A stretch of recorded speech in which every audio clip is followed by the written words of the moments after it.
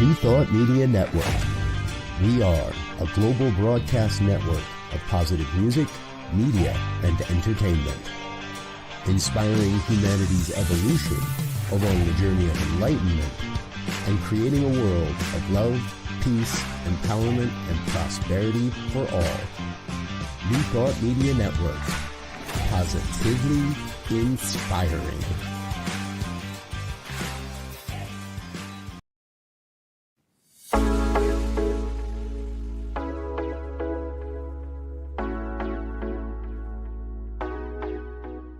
What if the person you think you are is just a fraction of who you truly are? What if years of conditioning and surviving in a challenging world have left you clinging to strategies and beliefs that mask your truest nature? I'm Catherine Duca, psychotherapist and self-esteem coach, and you're listening to Who Do You Think You Are? A show that looks beneath our psychological masks and uncovers our profoundly messy, beautiful, brilliant, tender-hearted essence. Join me as we go in search of the hidden power of our true selves. I'm so glad you're here.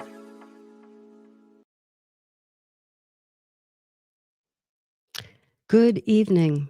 I am so glad you're here. I'm so glad we're together. If you tuned in last week and came back tonight, I'm so grateful. Welcome. So glad to be in your earbuds. If you're tuning in for the very first time tonight and don't know me, I'm Catherine Duca. I'm the host of this show, Who Do You Think You Are? I'm a psychotherapist and self-esteem coach, and I bid you a warm, warm welcome. On this show, Who Do You Think You Are? We go in search of our true selves, our unmasked selves, our undefended selves, the part of us that is raw and real and deserves to be acknowledged and recognized. You know, so many of us walk around, I think this is the world in which we live, we walk around and relate mask to mask. So on this show, we have an opportunity to hold hands together and get real. And so to that end, we're going to talk about truth tonight. We're going to talk about deep truths, difficult truths, painful truths. For many of you out there, this is a wonderful time. It's a time of elation, a time of celebration, a time of victory. And because we live in a democracy, that is indeed the way it goes, of the people, by the people, for the people. And on Tuesday night, the people have spoken. For others of us, dare I say the rest of us, it's a different story. Many people tonight are feeling bereft, sad, upset. As a matter of fact, I like to set an intention, and my intention for this show is I'm calling it Star-Spangled Upset. And my hope and intention is that by the end of our time tonight, we can perhaps move the needle slightly and begin to call it something else. Star-Spangled Empowerment, Star-Spangled Comfort, Star-Spangled Empowerment and Inner Strength. That's my hope. Let's see how we do together. I spoke to someone the other day, maybe yesterday or the day after, and she said, I feel worse today than I did Wednesday afternoon. And I feel worse than I did Thursday.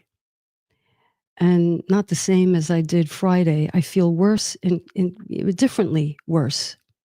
And she was surprised by that because she thought with the passing of each day, she would feel a little better.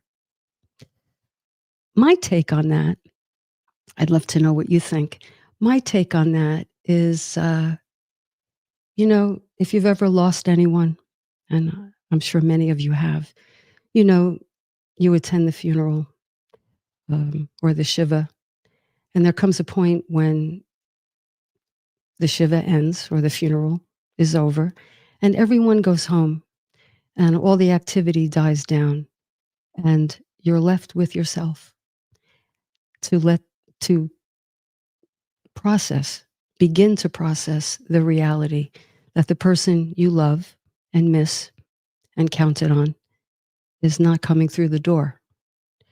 So I think this notion of I feel worse today than I did the other day really speaks to the grief that this situation has brought to the forefront for many of us. Grief. Anytime there's a loss, there's grief. And I say loss with an uppercase loss. I saw a meme the other day that said someone was trying to be very considerate, I think, and very sincere. And the person said, I know the Democrats are bummed out. I know you're bummed out. And I thought to myself, that doesn't really describe it, does it? Bummed out. To me, that sounded like saying the Titanic ran into a little problem. The Titanic had a little glitch. It had a hiccup. No, I think that people's profound hopes and optimism feels like they've become submerged, and spirits are underwater right now. So if you're experiencing any of this, I want to talk about grief. I want to talk about the stages of grief or aspects of grief, because I really think that's where many of us are caught. And I think it's going to feel like this for a while. I was just listening to the show that came on before me, Reverend Jim Webb's show, The Miracle of Prosperity. And he and his learned guest were talking about giving yourself the permission to feel what you feel. And I echo that. I think that's our starting point. We should allow ourselves to feel what we feel. Why? Because what is the alternative? What are we going to do? When we rail against the reality of something, we don't get very far. In fact, we get sort of glued to it.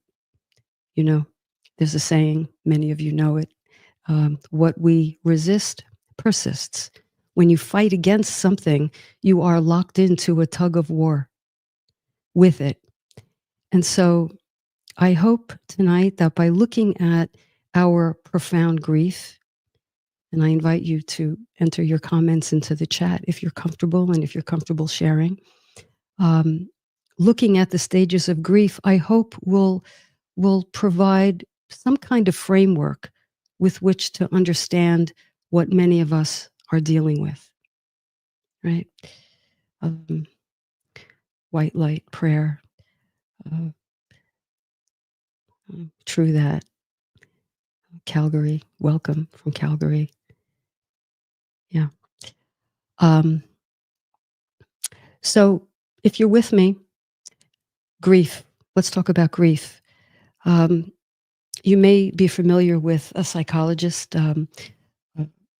Elizabeth Kubler-Ross, who is no longer with us, but she coined the 5 stages of grief because she worked a lot with terminally ill patients. And she identified that typically people confronting that situation actually go through what she thought were linear stages of grief. Now, since then, others have come around to say, and I do agree with this, I see this in my work all the time, the stages are not linear. Sometimes people skip around, sometimes they spiral through them and then go back to the very beginning. So it is not a linear thing, and then when you get to the last stage, you are done. So I want to emphasize that because so often we can feel as though we've come through a situation and then we find ourselves sliding back and we blame ourselves. What's wrong with me? I thought I had it. You know, I'm back at square one. No, try to understand that these aspects are dynamic and they are in flux. And so I think that, apropos, people go home from the funeral or the Shiva and you're by yourself.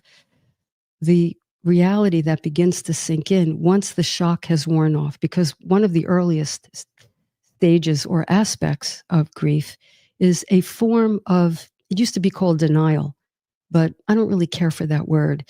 It's a type of shock. And perhaps many of you experienced that the other night. Utter shock, disbelief. How many of us said, it can't be. It just simply cannot be. Well, if you found yourself saying that, and if you still are saying that, that's okay. That's okay, because that's where you are.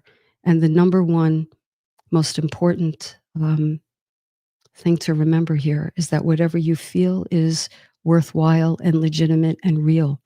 And so, sort of sidebar, rule number one, acknowledge whatever you feel. People make the mistake, I think, of trying to gloss over, and we do this with so many things, not just with the election, of course. We try to cheer ourselves up. No one likes to feel sad. No one likes to feel helpless or out of control or lost. And so we try to, cheer ourselves up and bring levity to the situation. And not that levity is bad, of course, but you really want to give what you feel the time and the room it deserves. So aspect number one is shock, confusion, disbelief, numbness. And I want to add to that, to those of us who expect or perceive the future to be a certain way, we may feel a particular threat. And we all know that when we experience a threat, what happens? How do we respond? Just automatically. We go into a fight or flight or freeze mode. And so perhaps that's where you've been living. Fight, flight, or freeze. Okay, legitimate. Be where you are. I think the next stage or aspect is anger. Anybody feel that? Anger, rage, blame, incredulity, I believe is the word. Hard to fathom, and anger about how could they do this? How could people do that? Right? So check yourself and see if you're there. By the way, can you be in two aspects at the same time? Maybe. But I think as we come out of shock and begin to thaw out, if you will, you begin to hit these layers of emotion. And anger is often the next rung. I'm angry. And then after anger, there could be bargaining. With in death and dying, if you've had a loved one or if you've perhaps received a diagnosis, you do some bargaining, right? Oh my gosh, maybe the slides are wrong. Maybe they got me mixed up with someone. Maybe the doctor made an error. Let's retest. We bargain. God, if those of us who were brought up in the kind of religion, for example, I was raised Catholic, nursery school through college. So again, I have a lot of Catholic going on. And bargaining with God is a very familiar stage to go through. God, if you remove this diagnosis from me, I promise I will. And I think with the election, there has to be a mistake. Maybe we need a recount. What can possibly happen to change this and turn this around? Bargaining.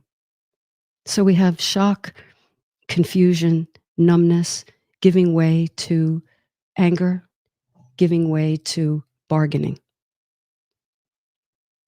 And then what happens after that?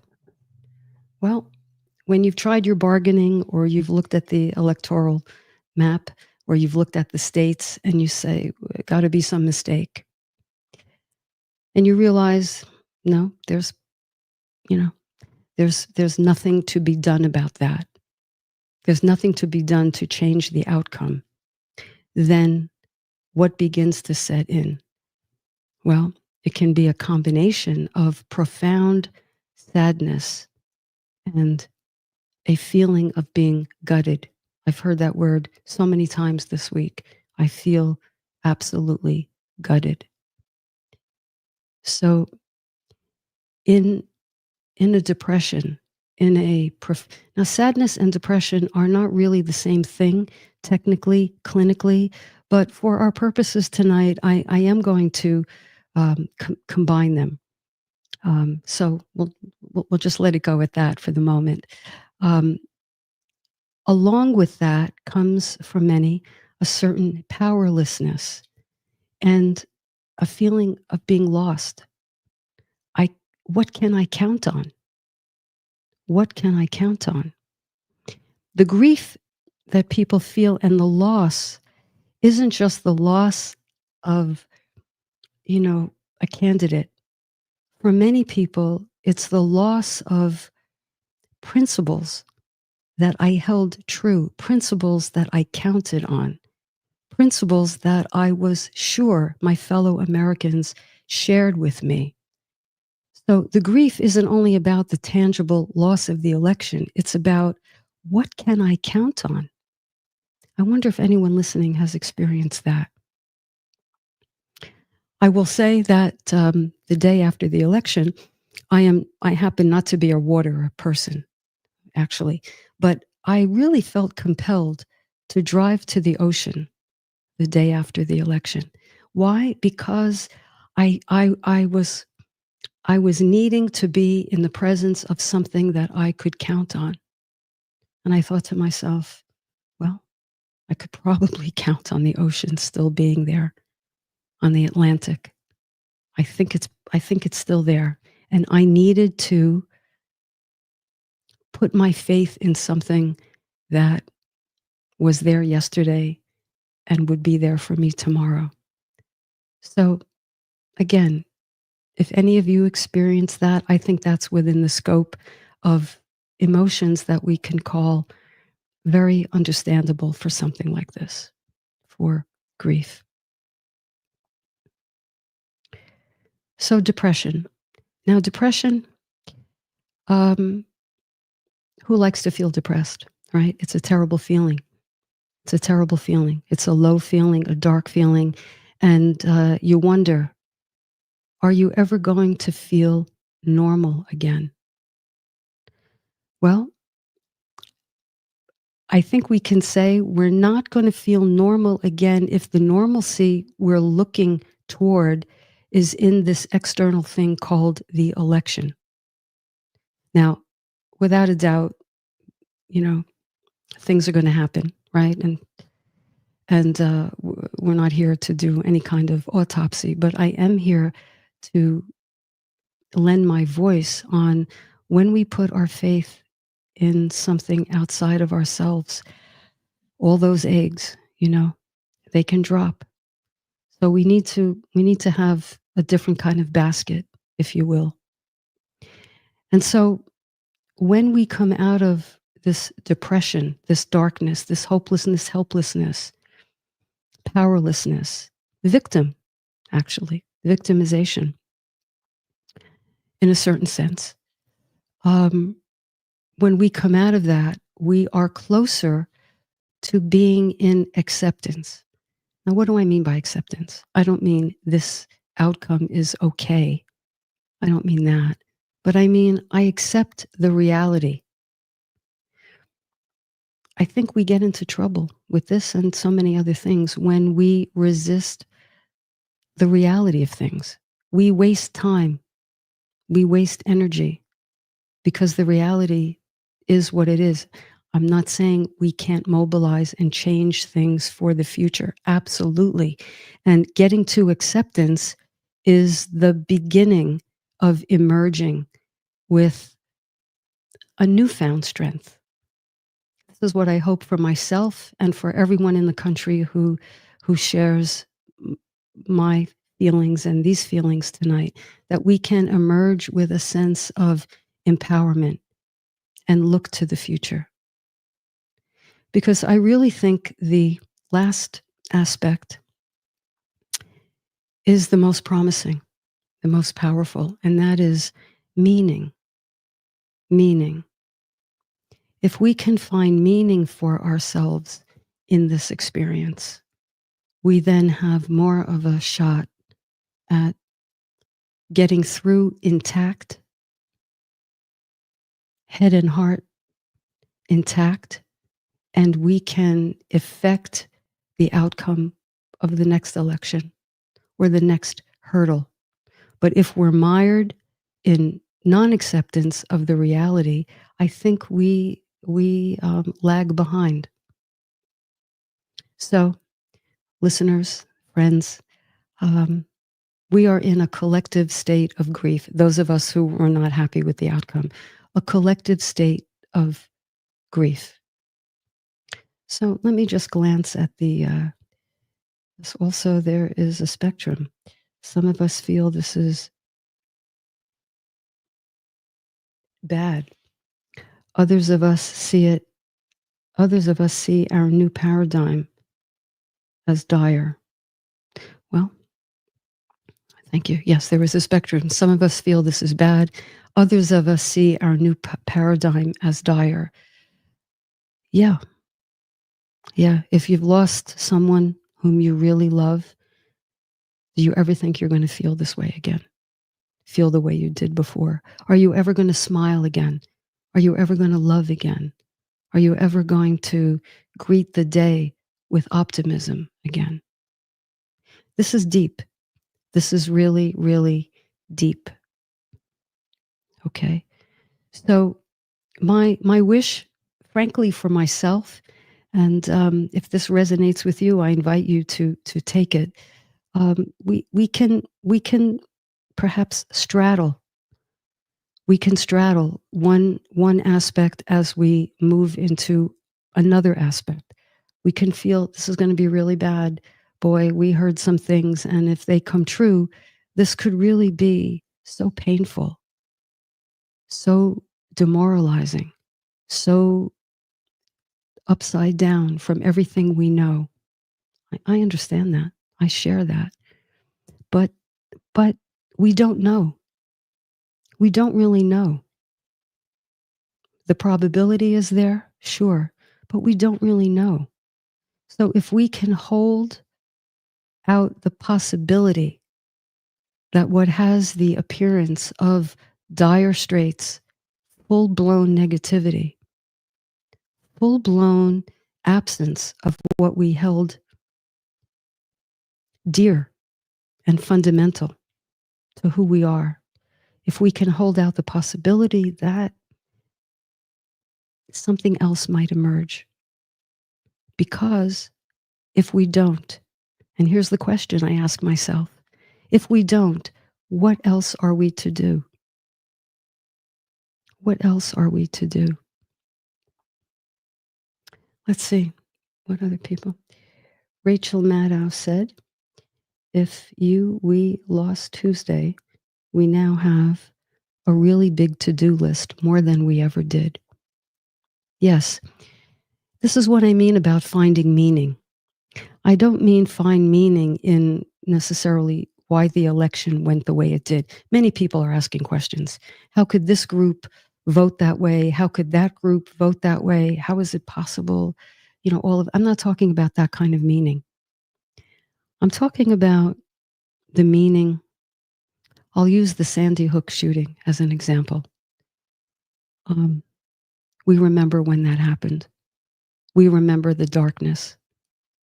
But let's also turn our attention to what the parents have done, to the causes they belong to the foundations they've created, to the meaning they have found in their child's murder. I don't know that it gets much more raw than that. So, meaning, I think about Viktor Frankl. If you've read his book, Man's Search for Meaning, it's a profound book. Viktor Frankl was in the concentration camps. He was a psychiatrist, and he narrowly escaped with his life. He did, finally, and he wrote this book, Man's Search for Meaning, the premise of which, as I understand it, is they could do whatever they can to me. They can't take my spirit. They can't take my spirit because I won't allow them to take my spirit. And I know many of our spirits are very low, very dim right now. Okay. Dim is dim. Dim is not out. Dim is not lights out, over and out. So the way that dimmer switch goes one way with intention and commitment and willingness, I believe it can begin to go in the other direction. So I propose and encourage myself and those of you for whom this resonates to look for the meaning in this long term. Okay, let's see. There's some reason we're here during this time in history. Yeah, Dawn says there's some reason we're here during this time in history. Yeah, indeed. Civil rights, slavery, other wars, famine, all kinds of threats. We were born now. And so what do we do with our one good life on this plane anyway, as we are today? What do we do with this life? I, for one, apropos of Viktor Frankl, I do not want to give up my spirit. And my spirit has been very low. I want to share something, a bit of a story that helped me. And I don't know what, many of you are going to think about this, but the day after the election, I was just coming out of my numbness. And which I have to say was interesting, because in my numbness, I couldn't tell if I felt a certain peacefulness. And what I mean by that is the tension and listening to the news and the polls, which I don't think I will ever do again. And by the way, I'm very proud of myself as a news junkie. I am 2 weeks sober. I am off all news for 2 weeks, with the exception of election night for a few hours. I've been off all television and streaming media. And I'm going to tell you something. I feel better. I get to listen to myself. And one of the things I heard myself say as I was coming out of my anesthesia, I was afraid to look at my social media accounts. I was afraid because I felt so vulnerable. And as I was scrolling, I thought, if I see a meme that's gloating, I'll feel even worse. So I very tentatively scrolled, and actually I didn't see any memes that disturbed me. But I have to say, there was one person who occasionally appears on my thing, on my social media feed, and she is a conservative, and she would from time to time post things in favor of her candidate. And I was afraid to see her post. And so what I thought I would do, I thought this was so smart of me, I thought I would unfriend her. Now, she has shown herself to be a very nice person, but I couldn't stand the way I felt, in anticipation of her post. So I was going to unfriend her. And I got a little confused on how to do that. So I said, I'll do it tomorrow morning. And then it occurred to me that I'm unfriending someone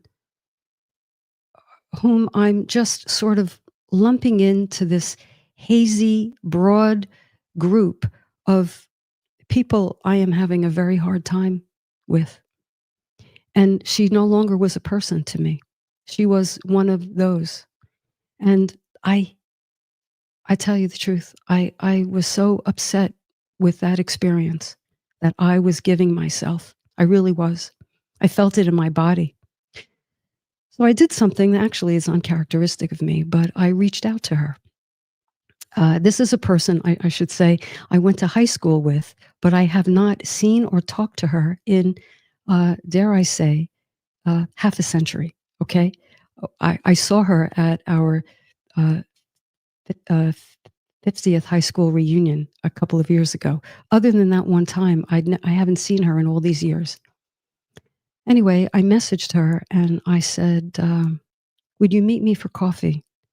Would you be willing to have a conversation with me? I'm coming out of my skin and I need to talk to somebody who looks at this thing in a whole other way. Would you meet with me? I wasn't sure I expected her to say yes, but she did, a very gracious yes. And we met the next day. We spent a couple of hours together and I'll tell you the end first. I walked away feeling like one of my layers was kind of sloughed off. I felt better. The layer of being angry with this general group and anyone in it, not proud of that. I am so not proud of that, but that's my truth. I came away from the table with that layer significantly lessened. I'll tell you, we went at it. We had a very spirited, very frank conversation. I told her what I didn't like. She told me what she didn't like. I told her what made me nauseous. She did the same.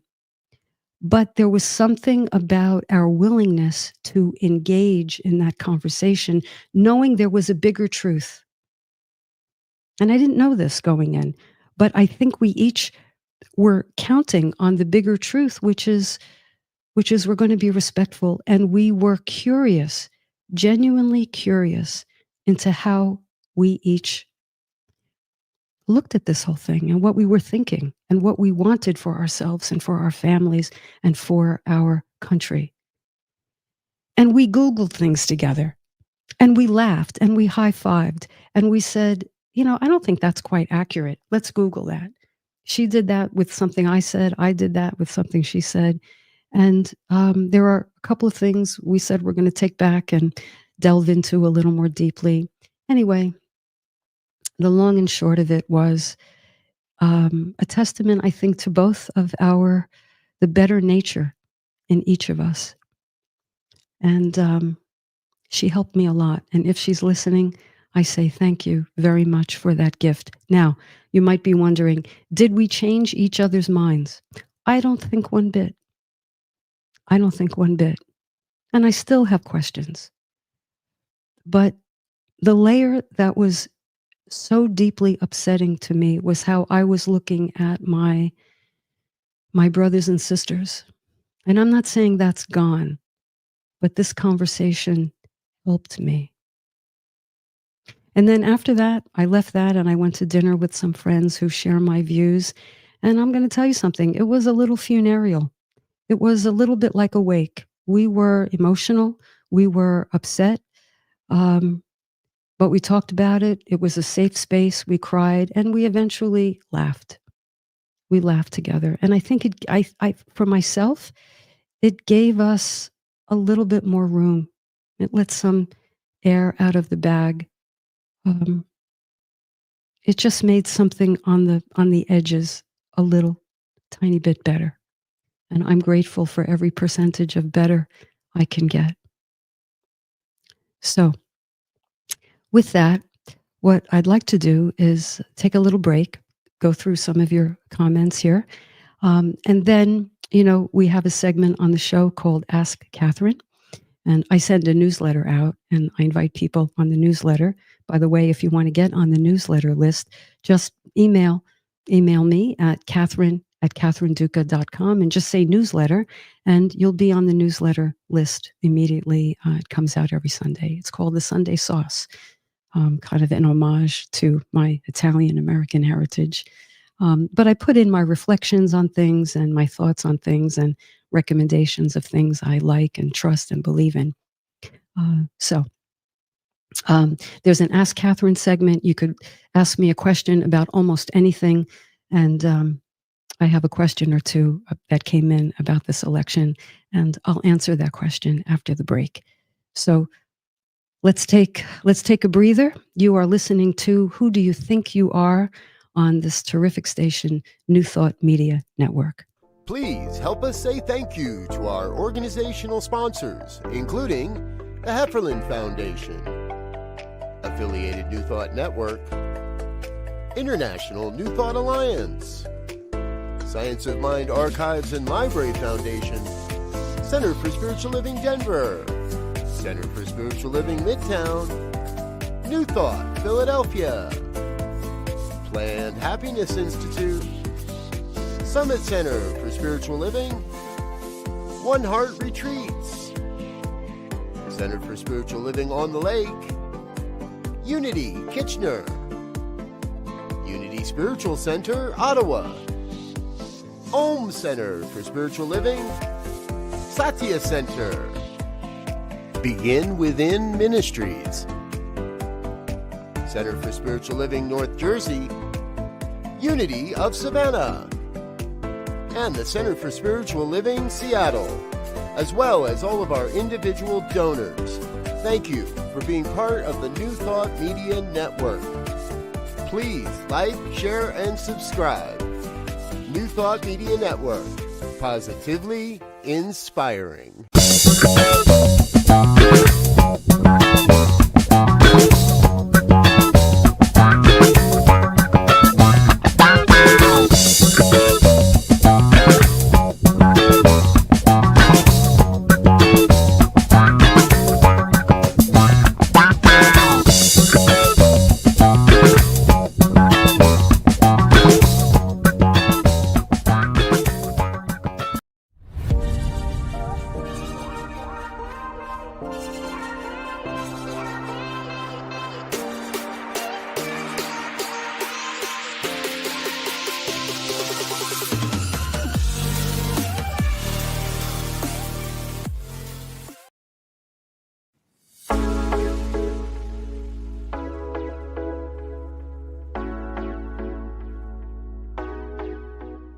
What if the person you think you are is just a fraction of who you truly are?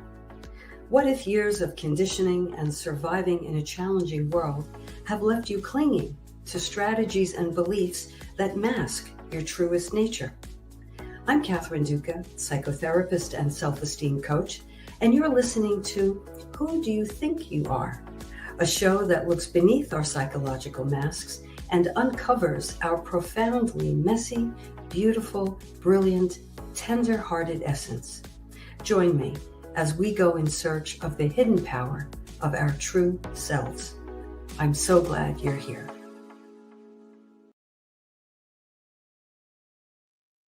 And we're back together. I want to read a question from a listener, and I was really touched by this question. Lynn writes, I feel untethered. How do I anchor myself again so that I could move through this? I feel untethered. How do I anchor myself again so that I could move through this? Lynn, thank you for your question. First of all, you have to know that you're not alone. But let's talk about what it's like to feel untethered, what that experience is like. You know, so often I talk, many of us talk about feeling grounded. It's so important to go through life with a sense of being rooted in something. And what is it that we root ourselves in? We root ourselves in our belief in something larger than ourselves. We root ourselves in the belief that the essence of that something is within us. We root ourselves in what we hold dear in terms of our core values, things that we can really plant ourselves in. So that word carries so much energy and such a connotation: untethered, floating, adrift, directionless, not touching down. When will I land? Hard to go through life like that, isn't it? Well, Lynn, and anyone else who feels untethered tonight, the first thing I would say is thank you so much for knowing that that's what you feel. That's such an important step, to know, identify, and if you can, give words to what you feel, and then to be in your vulnerability and share that vulnerability with others. I know that you're helping so many listeners tonight just by using that word, untethered. So I want to say, having acknowledged that, good for you. You may stay in that space for a while. I mean, it might just continue. I think it's important, and I don't know that I would use that word for myself at the moment, but what my experience is, kind of I think I would say twilight zone. So I say this for me as well for you, Lynn. Let's just know that that's where we are. Let's let our emotional GPS system tell us, okay, those are our whereabouts, and it's okay. And so that may mean, for me, let's see how this is for you, Lynn. That may mean, I'm not, right now, I'm not as on my game as I usually am. I'm not as in control of my surroundings, the logistics of my life. I'm not as snappy. I'm snapping, meaning, have it together. I'm off. I'm off, not unlike when someone we love dies and you're off. And where is home? Sometimes if we lose a parent, we can feel, where the heck is home? Home used to be wherever they are. I feel untethered. So along with that feeling, twilight zone, untethered, is a feeling of a certain degree of a loss of control, don't you think? So I think there are things we can do and need to do to regain a feeling of control in our immediate orbit. So what makes you feel like you are, controlling your things in your life? Because this is the time to double down. If you like to cook for friends, cook for friends. If you have a hobby, do the hobby. If you engage in some activity, do that. The question, or not the question, the point is, what can you begin to do even while feeling untethered? Can you touch down for a moment and engage in an activity that brings you some sense of stability? Because I think that's one of the things we need to do to kind of rehab ourselves down through the aspects to meaning.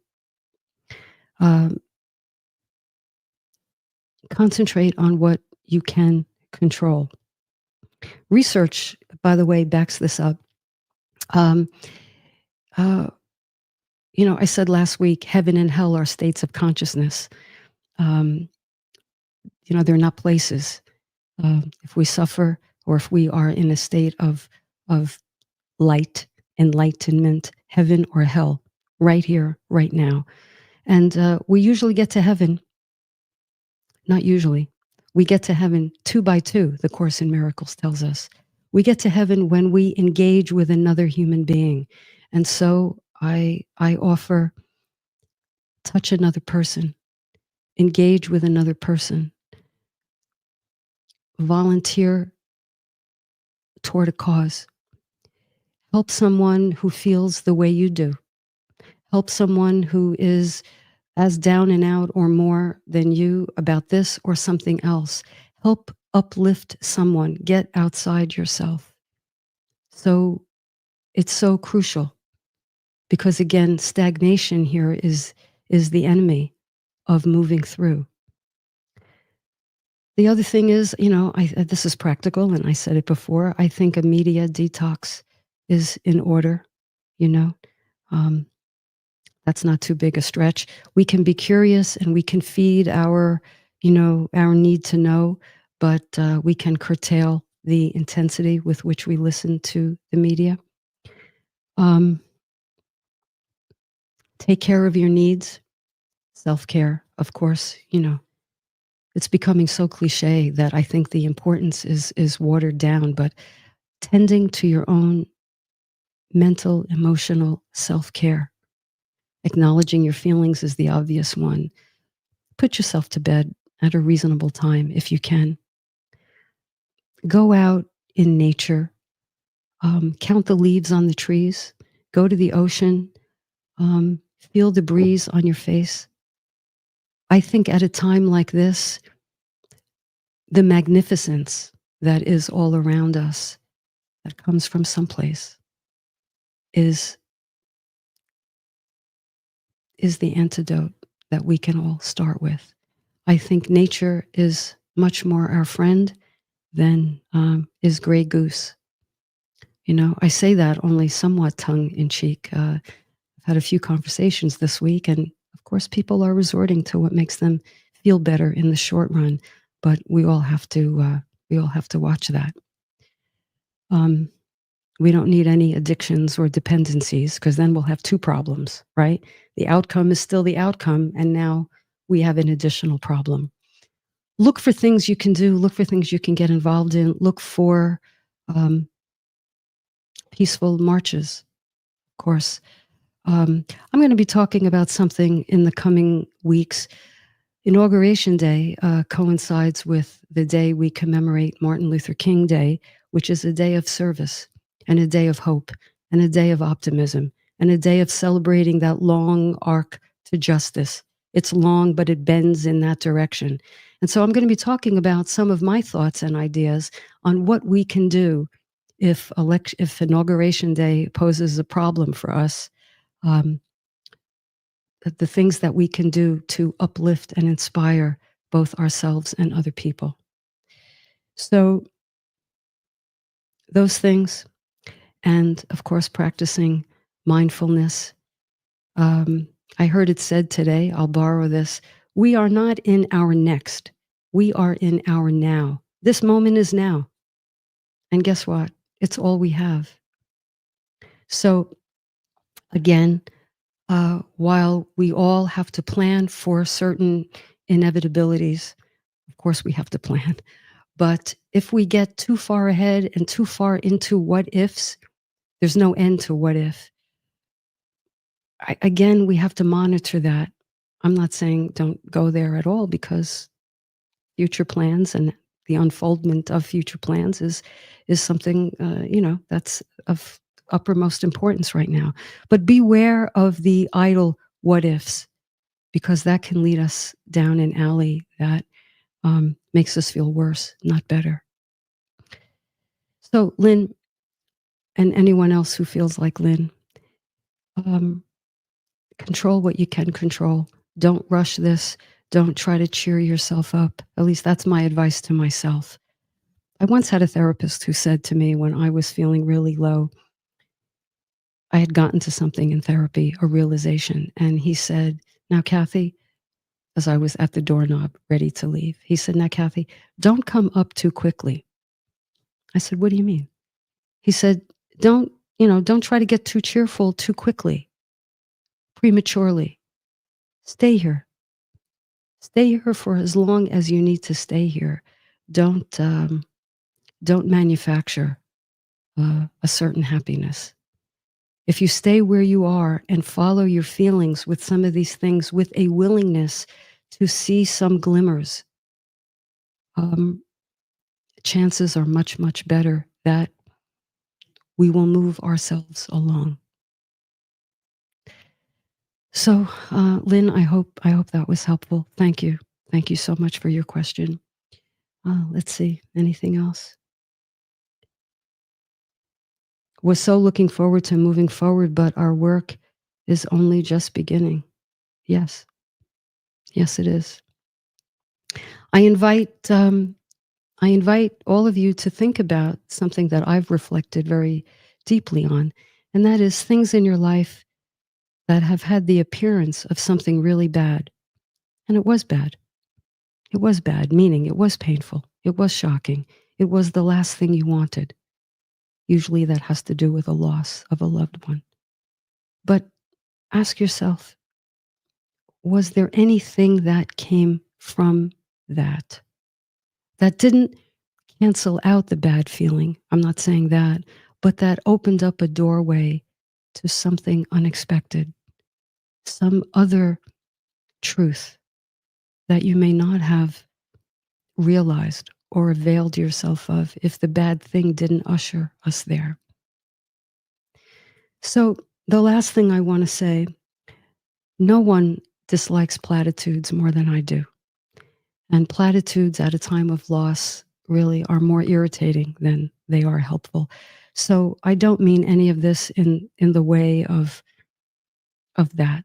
platitudes, but of ways in which we can help ourselves and help one another to expand our consciousness and deal with this profound hurt and profound period of darkness and disappointment. Many of us had envisioned what we were expecting. You know, the celebration, the elation, the mind-blowing happiness. And that's not what we got. But I like to say, we're not done yet. We're not dead yet. There was someone, I had an aunt who in her 90s would say, I'm not dead yet. And bless her, I learned a lesson from that.